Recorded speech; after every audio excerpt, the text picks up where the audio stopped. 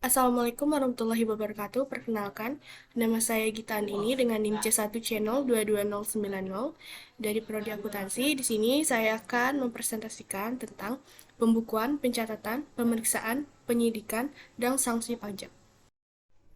Jika mengacu pada Undang-Undang Nomor 6 Tahun 1983 tentang Ketentuan Umum dan Tata Cara Perpajakan dengan perubahan berkali-kali hingga menghasilkan Undang-Undang Nomor 28 Tahun 2007 Pasal 1 Ayat 29 adalah pembukuan merupakan proses pencatatan yang dilakukan secara teratur dan mengumpulkan data dan informasi keuangan yang meliputi harta, kewajiban, modal, penghasilan, biaya, serta jumlah perolehan dan penyerahan barang atau jasa dalam periode pajak tersebut.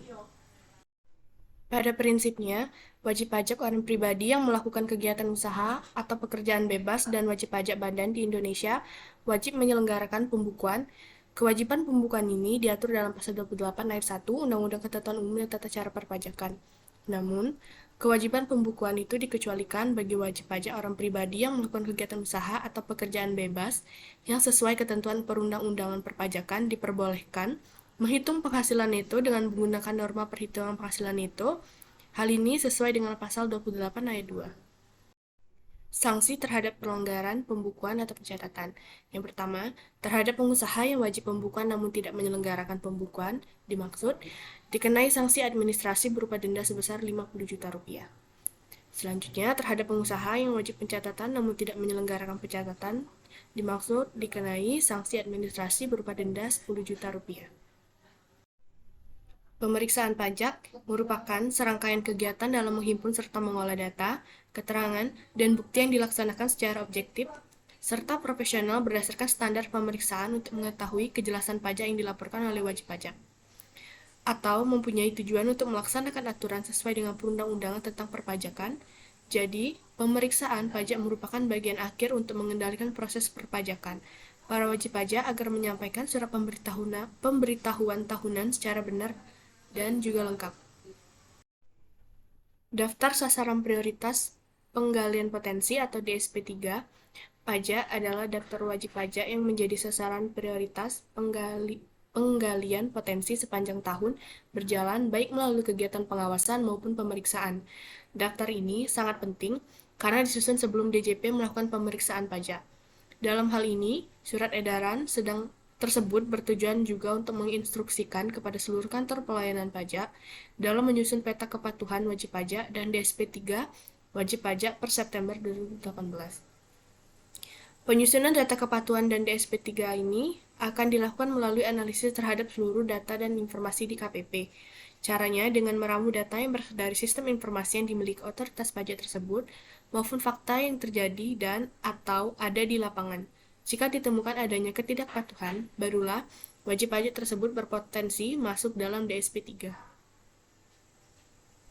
Menurut Peraturan Menteri Keuangan Nomor 17 PMK 03/2013 Pasal 2 tentang tujuan pemeriksaan, bahwa tujuan pemeriksaan pajak untuk menguji kepatuhan pemenuhan kewajiban perpajakan dan untuk tujuan lain dalam rangka melaksanakan ketentuan peraturan perundang-undangan perpajakan.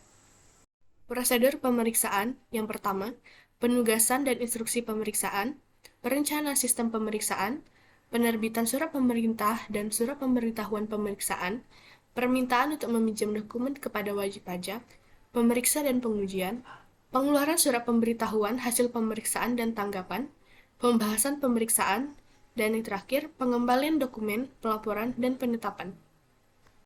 Secara sederhana, penyidikan merupakan suatu proses keberlanjutan dari proses pemeriksaan yang mengindikasikan adanya bukti permulaan.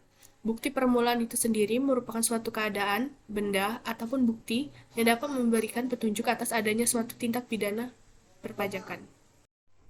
Wewenang penyidik.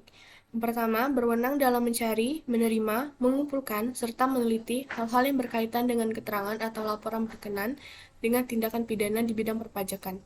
Yang kedua, penyidik berwenang dalam melakukan penelitian, pencarian, dan pengumpulan keterangan terkait orang pribadi atau badan yang mendukung kebenaran dalam perbuatan yang dilakukannya terkait tindak pidana perpajakan.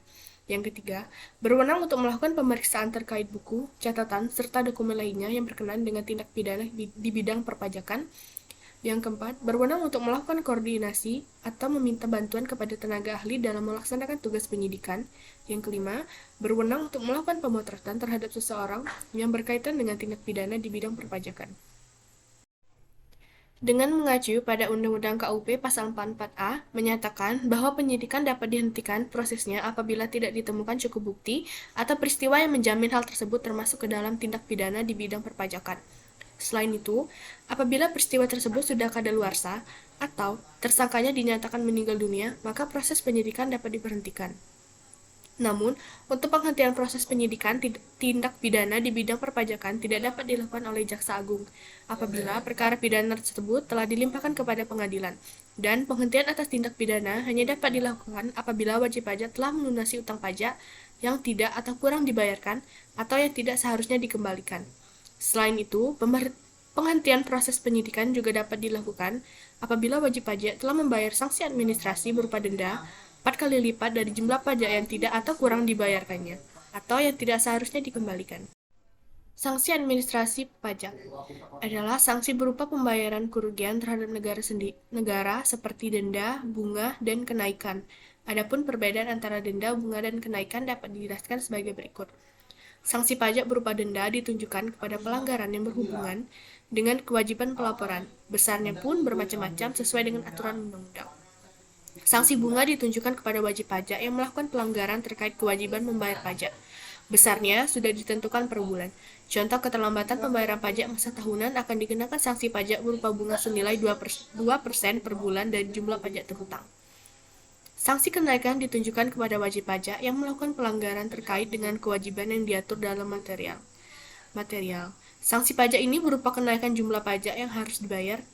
Penyebabnya bisa karena adanya pemalsuan data seperti meminimalkan jumlah pendapatan pada SPT setelah lewat 2 tahun sebelum terbit SKP.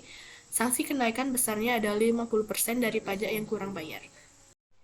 Sanksi pidana adalah sanksi pajak yang diberikan berupa hukuman pidana seperti denda pidana, pidana kurungan, dan pidana penjara.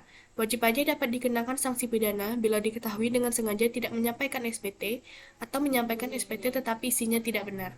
Penyebab lainnya adalah wajib pajak memperlibatkan dokumen palsu serta tidak menyetor pajak yang telah dipotong. Sanksi akibat tindakan ini adalah pidana penjara selama 6 tahun paling lama dan denda paling banyak 4 kali jumlah pajak terhutang. Sekian presentasi dari saya ucapkan terima kasih. Wassalamualaikum warahmatullahi wabarakatuh.